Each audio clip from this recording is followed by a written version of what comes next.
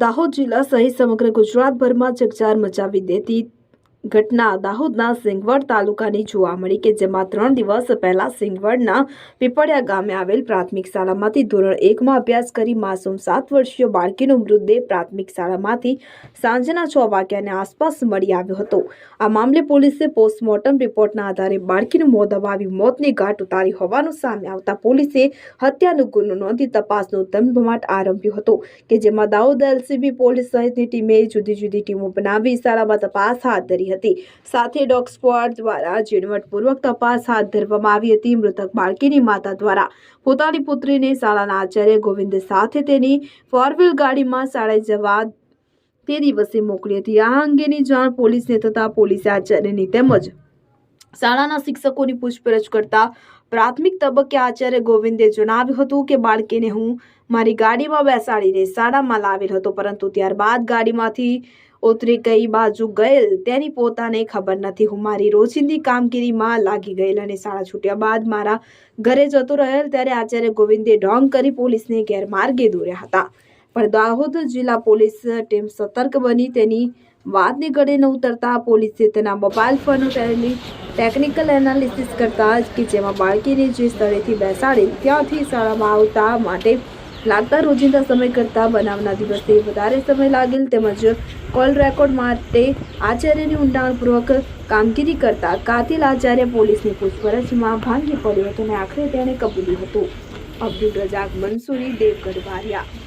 19 તારીખના રોજ સાંજના 6:30ની આસપાસ જે તોરણી ગામની પ્રાથમિક શાળાની કમ્પાઉન્ડ વોલ પાસેથી શાળાના પ્રેમાઇસીસમાં જે બાળકી ધોરણ 1માં અભ્યાસ કરતી બાળકીની લાશ મળેલી તે બાબતમાં એમનું પોસ્ટમોર્ટમ કરાવેલ। બીજે દિવસે પોસ્ટમોર્ટમ રિપોર્ટ આવતા તેમાં ધ્યાન પર આવેલ કે સ્મોધરિંગથી બાળકીનું મૃત્યુ થયું છે, મતલબ એનો શ્વાસ રૂંધી દેવાના કારણે બાળકીનું મૃત્યુ થયું છે। આ પ્રાઇમરી કોઝ ઓફ ડેથ મળતા પોલીસે એ દિશામાં તપાસ ચાલુ કરી। તમામ ટીમો એલસીબી, એસઓજી, સ્થાનિક પીઆઈ, પ્રોબેશનર ડીવાયએસપી તમામ અલગ અલગ 10 જેટલી ટીમો આમાં બનાવવામાં આવેલી।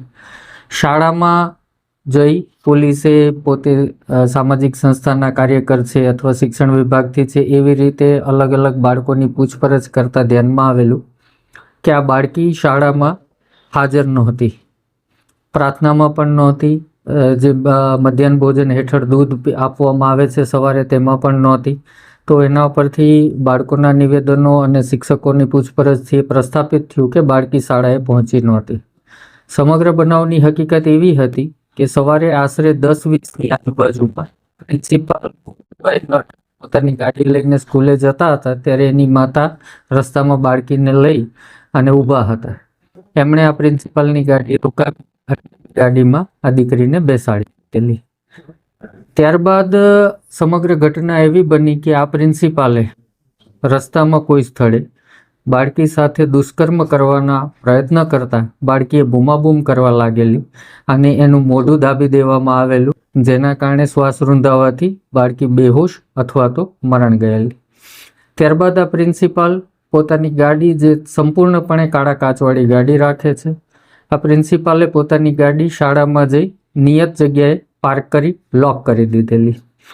સાંજના આશરે 4:45 એણે ગાડીના કાચ થોડા ખોલી નાખેલા, જેથી કોઈ વ્યક્તિ જોવે તો એવું પ્રસ્થાપિત થઈ શકે કે ગાડીમાં પુરાઈ ગયેલી।